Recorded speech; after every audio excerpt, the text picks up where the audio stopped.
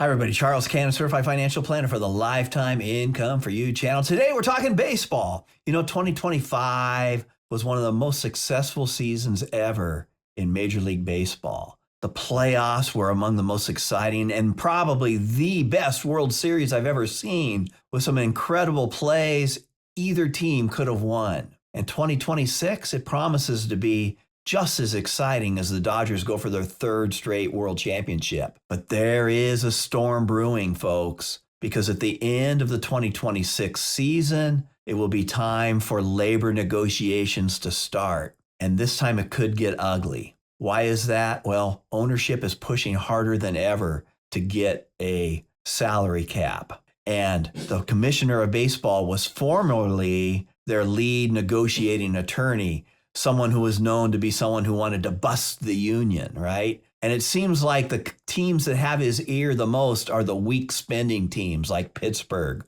or the White Sox. And so they are pushing toward a salary cap. But here's the thing, the whole thing is unfair to the players. The first problem is the fans. We all love the best teams, whether it's the current Dodgers or the Yankees or the Red Sox. Dynastic teams drive viewership and make rivalries even better. The second problem is the owners have never really forged a partnership with the players. See, when you try to put in a salary cap, you're really making the players a partner in the business, because usually the salary cap says something like 55% of all revenues go to salaries. Well, the owners don't open their books in baseball, and they never have. The NFL and the NBA have done a much better job of developing a partnership with their players' union, something that never really has happened in Major League Baseball. They've had 9 work stoppages, with the worst one being in 1994 and 95, when they didn't even have a World Series. Think about that. What industry would shoot themselves in the foot so badly that they lose out on the most important part of the year? So how do you put in a salary cap when you're not even willing to open your books and disclose all of the different revenues you have? The next problem is that every team has a different TV contract. In the NFL, for example, every game is on a network, right? So every team gets the same exact amount of TV money, but it's all different in Major League Baseball. The Mariners are different from the Yankees, who are different from Tampa Bay, who are different from the Dodgers. The Dodgers, for example, because of Ohtani, not only do they have their great Southern California TV contract, but they have a great contract in Japan, because all the Japanese citizens like to watch Ohtani play. And so those are revenues that the owners, they can't even agree how to split them amongst themselves. And so their thought is, let's stick it to the players and hold down our costs that way.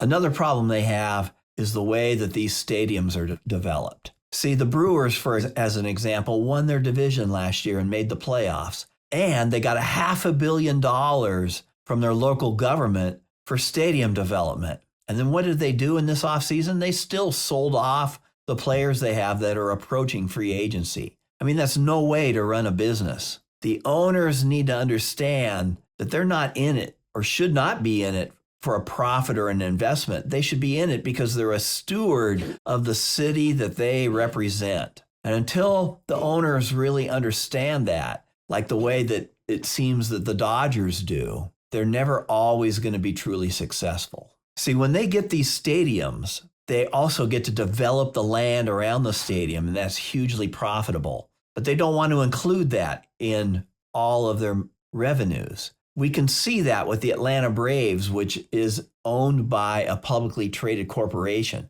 So they have to actually disclose everything. And we can see that they're putting millions of dollars into their own pocket every year, developing the land around the stadium, mixed use housing and storefronts. It's a great way for the owners to make more. And so while it might be true that from year to year, a team could lose money, and we don't know because they don't open their books, we do see that they make tons of money in these developments, and then they make billions when they actually sell a team, and they don't want to share any of that revenue.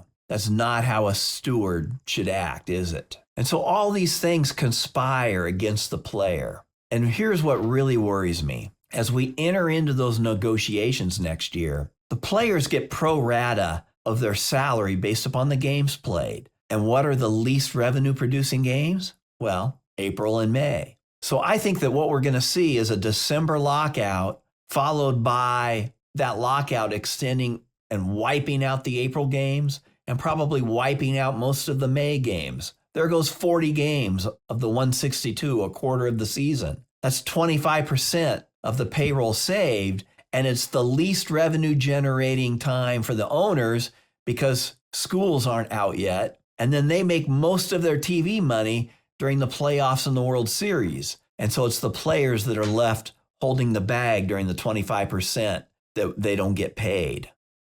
All of this reminds me of something that might sound familiar to you: retirement. Do you ever feel like you're entering into the retirement phase of your life and you don't know all the rules, you don't know all the revenues, you don't know all the hidden fees? Do you feel like the IRS is trying to leave you holding the bag? Well, that's why you need someone like myself and Cannon Financial Group on your side. See, as a fiduciary, everything we do is in your best interest. And so take advantage of our offer to use the 20-minute Ask Me Anything Zoom call. Click the link down below, and on that Zoom call, I'll answer all the questions you've got about retirement. We can talk about what your retirement taxation might look like. We can talk about when you should tap into your 401k money, what you should do with your Roth money, what you should do for Social Security, how to take care of the surviving spouse, how to make sure that you are guarding against longevity care issues.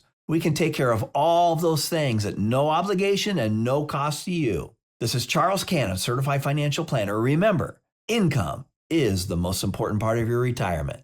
Bye now.